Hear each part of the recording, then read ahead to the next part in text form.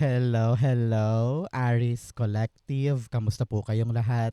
Ako po ito si James from James Tarot PH. Ito po ang inyong weekly reading for August 3 hanggang 9. Bagong linggo, ano po nag-aabang para po sa inyo? Alamin natin. But first, mga mahal kong Aries, ihanda mo na ha kung meron kang isang tanong para po sa atin mamaya na gusto mong masagot, hawakan niyo po yan. Sa dulo po atin po yung sasagutin by using these cards. Okay? So, hintayin niyo po yan. Sasagutin natin yan. Okay, let's begin. Inhale and exhale. Holy Spirit, Spirit guide us for today.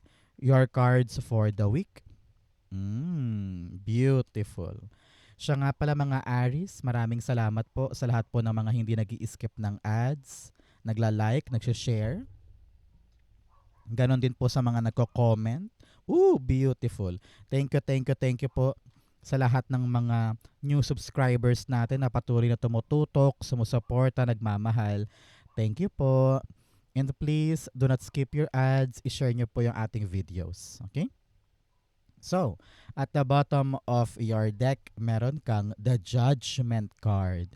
Alam mo, ramdam ko dito yung parang willingness mo. Willingness na pumasok sa gantong bagay, gawin yung isang bagay. Kumbaga wala ka ng inhibitions, wala ka ng pagdadalawang isip, wala ka ng um, parang wala ka ng takot na, sige na nga po God, kung talagang para sa akin yan, gagawin ko na. Kung talagang ito yung nakahantad para sa akin, I will follow you. I will accept what will be for me. Parang ganyan. So bukas palad ka ngayong linggong ito, no? Bukas palad ka para tanggapin, gawin, asikasuhin yung kaloob sa'yo.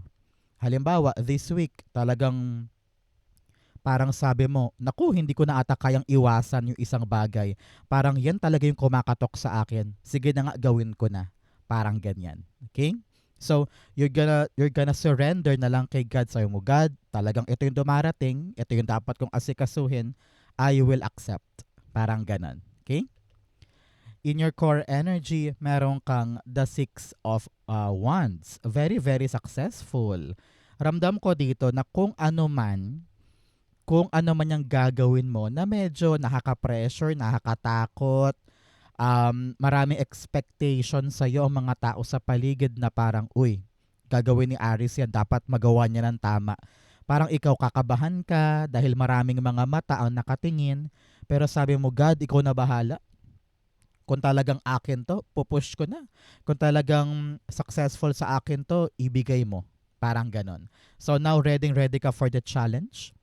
Kaya ang payo dito, tumutok ka dyan ha. Tutukan mo yan kung ano man yung ginagawa mo na gusto mong ipanalo, malaki ang tsansa mong manalo at magwagi. Kaya naman, ikaw ang kailangan maghanda. Prepare yourself, focus para matiyak na talagang solid yung grasya. Okay? Clarify natin. The Six of Wands ay kina-clarify ni the Queen of Swords. Yes, meron kang disiplina ngayon at talagang nakapag-decide ka na akin to, gagawin ko to, dito ako magpapaka-busy this week. Parang ganon. At the bottom, the Three of Swords. Takot kang pumalia ang bagay na ito. Kasi nga marami ka ng pinagdaanan noon na palyado. Sabi mo, ayoko maulit yon, kaya medyo nag-iingat ka. But at the same time, you want to change what is happening in your life. Sabi mo, habang buhay ba akong ganito? Habang buhay ba akong sawing palad sa isang bagay? Kaya ngayon parang, sabi ko nga, merong kang kakaibang urge to just accept. Sabi mo, God, yan ba talaga ang para sa akin? Nahihirapan na ako, napapagod na ako, pero kung yan talaga yung bigay mo for me, I will open my mind, see the possibility, and work on it. No? Kailangan talaga ng isang malaking pagpapasya, paninindigan na, sige na nga po, gagawin ko na. Masunod lamang ang gusto mo, pero idaan mo naman ako sa direksyon na hindi na ako ulit masasaktan. Parang ganon, no? So congratulations, your decision to go all in will make you win. Congrats po, okay? So, mga mahal kong Aries, ano ba yung mga bagay na kulang sa'yo na balak mo makuha ngayon? Na parang God, ibigay mo sa akin to. Ito lang yung tanging bagay na kulang sa akin. I-comment mo nga, i-manifest natin. Naku, matutupad yan para sa'yo. Okay? In the area of what you need to focus on, meron kang the King of Pentacles. Okay, sabi dito ng yung spirit guides, kailangan sigurista ka. Ano ibig sabihin nun? Kapag kikilos tayo, we need to make sure na lahat ay planchado. Lahat ay may hulog, kumbaga. Halimbawa, kung ikaw ay magpapagawa ng bakod, i-make sure mo na tama yung bilang ng hollow blocks, yung presyo, saan ba yung kasya sa budget pero matibay, yung mga gagawa ba ay talagang marunong, sila ba ay masipag, or pinapatagal ba nila yung paggawa, parang ganyan. You need to be sigurista in your every action. Ganon din halimbawa kung balak mo magtayo ng sari-sari store, di ba? Ano yung mga kaya lang ng budget ko, ng puhunan ko today, yun lang yung bibilhin ko na supplies na alam kong mabenta sa area namin, di ba? So kailangan practical ka din, realistic ka para nang sa ganon tumubo ng tama yung inaasikaso mo. Okay? Pinapayuhan ka rin to follow the rules. I don't know why. Narinig ko, follow the rules, sundin yung proseso. Pag kailangan papirmahan to, papirmahan mo. Kung kailangan kausapin to, kausapin mo. Parang kailangan mong sugsugin yung tamang proseso to make sure na what you're doing will be possible, will be successful. Okay? Importante yan. Narinig ko rin dito na lahat ng pinagdaanan mo in the past, magagamit mo ngayon. Hindi ko maintindihan pero sabi parang meron kang dating skills na napabayaan mo na pero ngayon babalik para gamitin mo. Halimbawa, dati magaling ka sa pag-type sa computer pero dahil nag-iba ka na ng work, hindi na yun ang ginagawa mo. Pero parang ngayon, babalik ulit yung pangangailangan para mag-type ng mabilisan. Tapos naalala mo, ay magaling nga pala ako dito dati. So parang that skill na napabayaan mo na, nabitawan mo na, will come back and help you manage itong ginagawa mo ngayon. Parang ganun. Okay? So, King of Pentacles, clarify natin. You have the Strength card. Yes. Sabi dito, relax ka lang. Tatagan mo lang ang loob mo. Huwag ka masyadong panghinaan. Huwag ka masyadong, tawag dito, ma-stress o mag-worry. You need to trust yourself. Okay? Because walang ibang taong gagabay sa'yo or susuporta sa'yo ng mas higit pa kundi sarili mo. 'Di ba? Kasi alam mo naman kung anong pangangailangan mo. Alam mo ang dapat mong gawin. So support yourself even more, no? Kailangan independent ka ngayon, mataas ang iyong kumpiyansa sa iyong sarili, ilaban yung mga kalaban-laban. Three of Swords again in the bottom. Marami kang mga heartbreak from the past. Kitang-kita ko dito na meron ka pang mga pain na hindi mo ma-let go. Kaya ka siguro sinasabihan ng iyong spirit guides na surrender. I-surrender mo kay God, itaas mo sa Kanya. Huwag ka na masyadong mag-alala pa sa mga past experiences mo na bumabalik-balik para takutin ka or magkaroon ka ng dugdug-dugdug sa iyong dibdib, di ba? So I want you to just relax, go slow, dahan-dahan lang, hanggang sa maitayo mo or ma-accomplish mo itong balak mong gawin. Kaya huwag ka masyadong magbigay ng pressure sa iyong paligid, especially sa iyong sarili. Okay? So, mga Aries, ano pong oras sa inyo dyan while watching this video? Pagtingin mo sa orasan, that is your lucky number. Okay? Umaga ba sa inyo, tanghali, gabi? Comment po kayo sa baba. In the area of what you need, you have the Three of Pentacles. Ang kailangan mo ngayon, Aries, ay mag-stand out. Ramdam ko yan dito, stand out and open yourself to other people. Minsan takot kang mag-suggest, takot kang magsalita, takot kang humarap sa maraming tao, takot kang ipakita kung ano yung project mo, ginagawa mo, yung idea mo. You feel like palagi kang mare-reject. palagi kang ipapahiya or palagi kang huhusgahan, no? So ngayon kailangan dito learn to really be confident in your own material. Kung ano yung kaya mong ipakita, kung ano yung kaya mong ibigay, kung ano yung kaya mong gawin, be confident in that. Okay? Kasi walang mangyayari kung ikaw ay laging takot. Takot manguna, takot mag-lead, takot magsalita, walang mangyayari, di ba? So, be that bigger person and just be open. Because diyan papasok yung mga posibilidad na maaaring makatulong sa'yo. Okay? Ganon din halimbawa sa pamilya.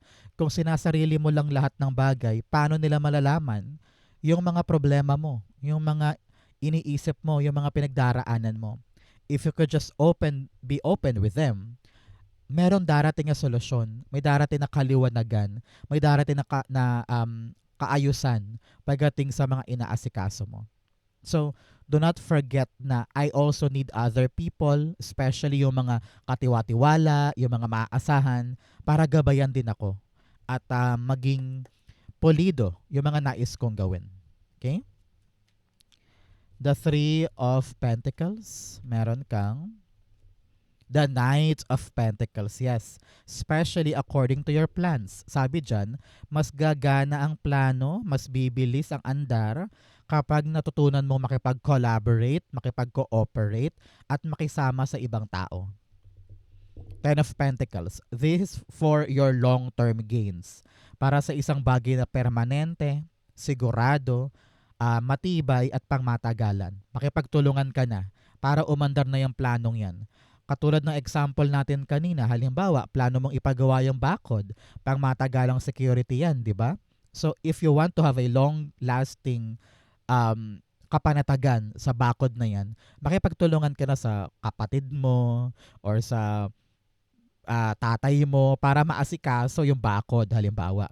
O kaya, if you are planning to have, mapagawa halimbawa yung lupa para mapaayos para maging farm halimbawa. So, that is a long-lasting gain. Kikita ka dyan ng malaki kapag nagawa mong farm yan. Kaya makipagtulungan ka sa mga taong marunong, sa mga possible farmers na pwede mong arkilahin to help you na i-cultivate yung lupa or sa kamag-anak mo. Just be open para yung plano ay magkaroon ng direksyon. Okay? In the area of what's affecting your current energy, meron kang the Justice card. Si Justice dito, parang nalaman mo na daw yung buong katotohanan eh. Buong katotohanan, kaya handa ka nang mag-generate ng tamang hakbang para magawa na ito. Example, this time, na-realize mo na pwede pala talaga akong mag-apply pa Japan. Na-realize mo yung truth, ay pasok pa ako. Kahit may edad na ako, pwede pa pala yung age ko sa trabahong yun. So, dahil na-figure out mo na pwede na or pwede pa, that is the truth. Kaya hahakbang ka ngayon na parang, ay, mag-a-apply na ako bukas. Ihahanda ko yung required na papers. Pasok naman ako sa requirement. Nabuksan yung isip mo. Napakalinaw para sa future, di ba? So, kikilos ka ngayon para tumbukin yon. Marami ka mang kaagaw, marami ka mang kasabayan, pero malaki ang tsansa mong mapili or matanggap doon, di ba? So, kailangan talaga armasan mo ang sarili mo ng lahat ng katotohanan tukol sa mga balak mong gawin. Okay? Para nang sa ganun, kapag bumira ka na, walang antala, walang delay. Okay? Narinig ko rin dito na parang you are given the good karma ngayon. Good karma to dahil parang ikaw talaga yung bibigyan ng kapalaran ng magandang opportunity ngayon. Kung marami kang sinakripisyo noon, marami kang pinaubayan noon, parang sabi dito, ikaw naman. Ikaw naman ang bibigyan ng hustisya, pagkakataon at chance na magwagi at mamayani. Kaya kailangan decisive ka. Pag binigay sa iyo yung chance, yung pagkakataon, grab agad, take responsibility, ipanalo mo. Okay? Clarify natin. Justice card, pa-clarify po. Holy Spirit, Spirit Guides. You have the Ten of Cups. Para sa pamilya, para makaalago ang buhay, para maibigay ang bawat pangangailangan, talagang lalaban ka. Aalamin mo kung anong tamang proseso. Masungkit ko lang yung good result or good harvest for me and my family. Congratulations. At the bottom, meron kang the Knight of Wands. Exciting, exciting times talaga ito. Makakarinig ka daw, Aries, ng isang magandang balita. Okay? Magandang balita about something in your life na sabi mo, sige, wala nang urungan to, ibibira ko na. Pero dapat paghandaan, kailangan armasado ka ng mga um, right na pangailangan. No, yung mga gadgets or gamits or papers para pagsulong mo okay ang lahat. Okay? In the area of your near future, meron kang the Wheel of Fortune. Si Wheel of Fortune dito, sinasabihan ka na magbabago na yung kapalaran mo soon. Kung nahihirapan ka ngayon, nabibigatan ka ngayon, napapagod ka ngayon, or parang feeling mo dapang-dapa ka ngayon, it will change. Yung oras na inangat mo kay God yan, sa'yo mo, God, alam mo, pagod na ako dito eh. Bigay mo na sa akin to. Tulungan mo ko. Napakinggan ka. No?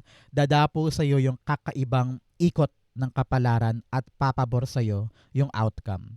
Congratulations. Soon, you will hear the good result, good reward, or good outcome sa inaasikaso mo. Congratulations. Okay? Nakita ko rin dito pagbuti ng larangan ng pera, pagbuti ng income, no? Congrats, congrats. Wheel of Fortune, the Two of Pentacles. Wow. Talaga namang balance na ang buhay. Hindi ka na ganun naghihirap, hindi ka na ganun nagdarahop, hindi ka na nahihirapan sa schedule mo, no? You are now able to maneuver life parang more efficiently, mas matino, mas smooth sailing, no? Parang in the near future, you're also gonna be able na makapag-relax. Parang you work hard for the day, but at the same time, you know how to enjoy. Kaya mas magaan, mas masarap mabuhay. Parang ganon. So congratulations. A balanced and healthier, luckier life soon. At the bottom, the Two of Cups. Yes, talagang aligned na aligned ka na sa destiny mo. We have 2 and 2 here. Alignment, no? Ibig sabihin, kung ano talaga yung nakatadhana para sa'yo, ginagawa mo sa lupa. Congratulations. All of these are destined for you. In your challenge, meron kang the Ace of Cups. Naku, sabi dito Aries, medyo naduduwag ka minsan tungkol sa bagay na dapat mong ipanalo ngayon. Okay? Kayang-kaya mo naman, kailangan panindigan, kailangan yakapin. Sabi niya, ihanda ang puso. Hindi pwedeng takot, hindi pwedeng duwag, hindi pwedeng nahihiya. Panahon ito para sungkitin yung mga bagay na para sa'yo. Narinig ko na sometimes you're questioning yourself eh. Parang, kaya pa ba natin? Igogora ko ba? Deserve ko ba yan? Minamaliit mo yung sarili mo. So your spirit guides are asking you na hanapin mo sa puso mo yung kaligayahan sa mga gagawin mo ngayon. Kasi kapag minahal mo yan, mamahalin ka rin yan pabalik. 'Di ba? So always use your heart, your passion, your love in everything that you're trying to do now para magkaroon siya ng epektibong outcome para sa iyo. Okay? Huwag ka nang matakot diyan. Huwag ka nang magduda. Huwag ka nang magnega, no? Because it's gonna be good for you. Okay? Ace of Cups, meron kang the End card. Uy, sabi dito, parang ayaw mo bang papasukin yung bago at medyo nandun ka pa rin sa estado na ayaw mo pang bitawan yung luma. No? Sabi dito, if you want na makalaya ang puso mo or maging masaya ulit, you need to end what must be ended. No? Kung ano yung dapat na putulin, tapusin, bitawan, layuan, gawin mo. Para makapasok na to. Kasi sabi dito parang hindi makapasok-pasok yung bago dahil sarado ka pa. No? So open. Be open for the future para marating yung tagumpay na nais mo.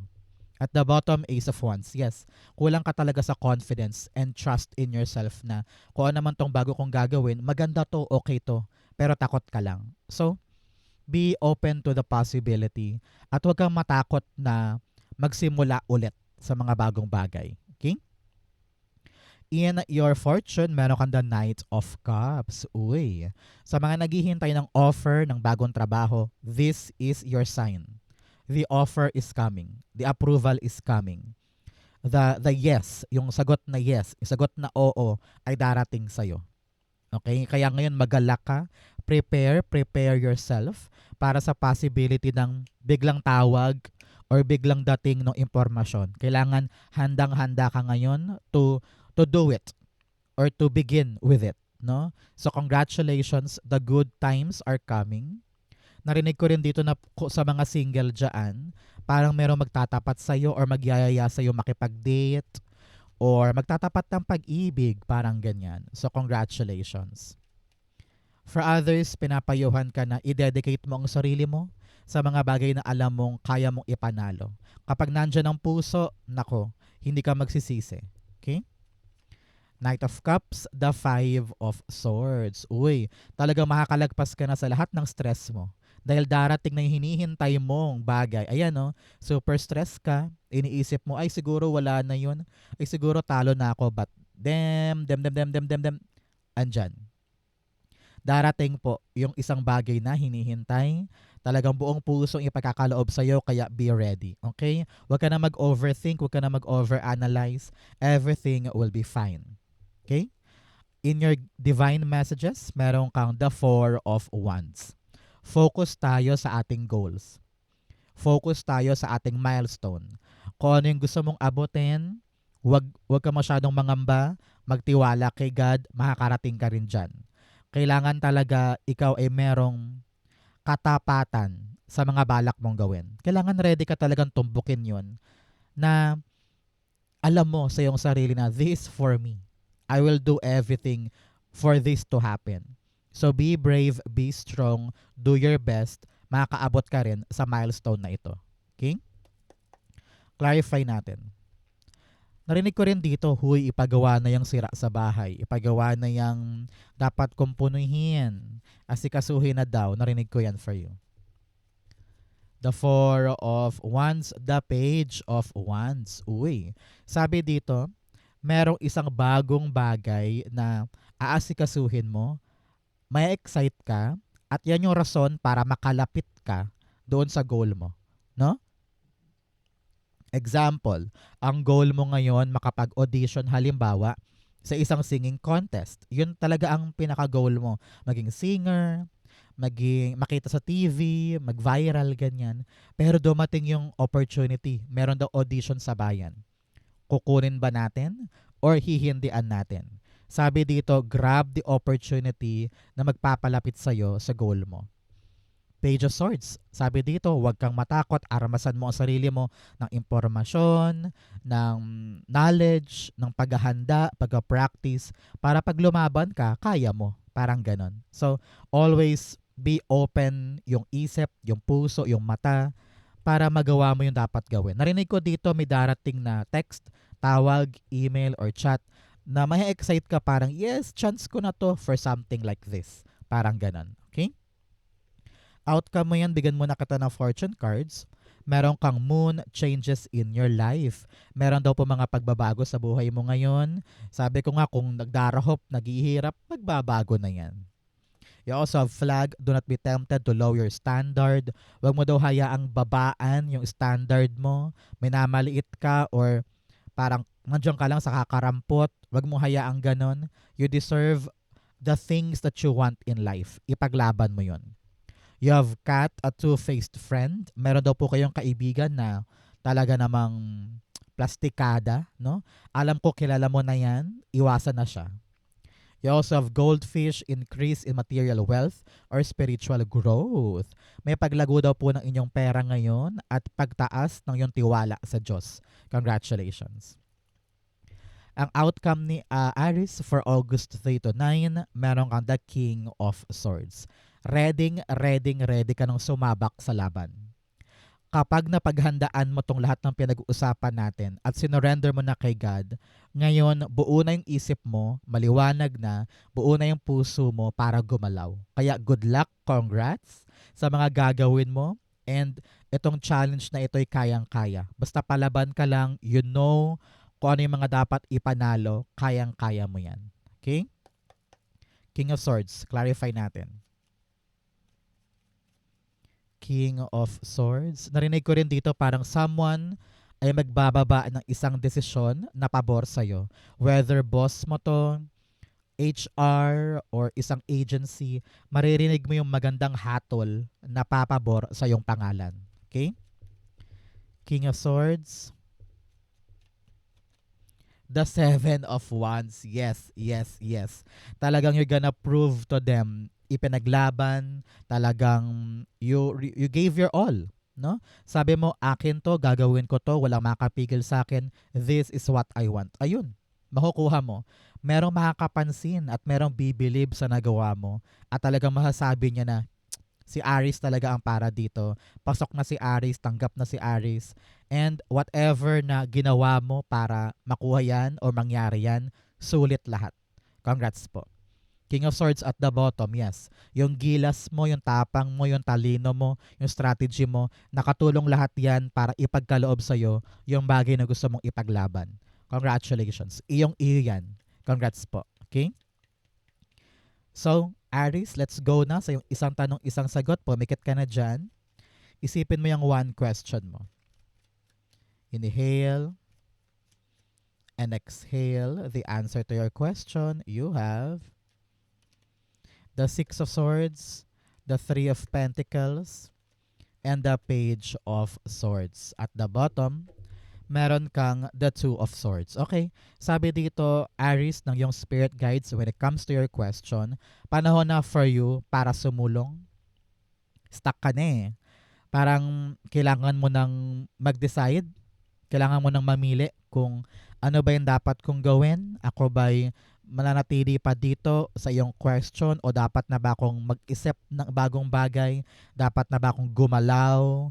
Dapat na ba akong magbago ng mga gagawin? Ramdam ko dito na parang hindi swak eh. Hindi swak yung mga tao sa paligid mo or parang hindi kayo tugma, masyadong toxic, masyadong you feel like you don't belong. Parang ganon. So, huwag kang matakot na humakbang. Kahit mahirap, kahit takot ka, kahit parang feeling mo hindi ako ready. Ramdam ko dito yung bigla-bigla kang tatayo, aalis. Hahanapin mo sa ibang lugar o sa ibang destinasyon yung para sa'yo. Because you know na this is not working anymore, I'm not doing well here, this is not growing for me. Kaya sabi mo, sige na, larga na, hahanapin ko yung para sa akin. At yung somewhere na yun, yung gagawin mo na yun somewhere, yun talaga yung para sa'yo. For now, the answer to your question is a no. Hindi siya pwede dahil parang sinasabihan ka talaga na, huy, kumilos ka na, mag-decide ka na, andar na tayo dahil nasa ibang bagay yung para sa atin. Okay? So good luck and congrats. This redirection is actually your protection. Okay? So manalig ka na lamang doon. So Aries, yan po yung isang tanong, isang sagot. Ganon din po ang inyong August 3 to 9. Sa po kayo naka-resonate, comment below. Basahin ko po yan. Thank you, Holy Spirit, Spirit Guides, for the clarity for today. Thank you po mga mahal kong Aries for watching hanggang dulo. I love you. This has been James for James Tarot PH. God bless everybody.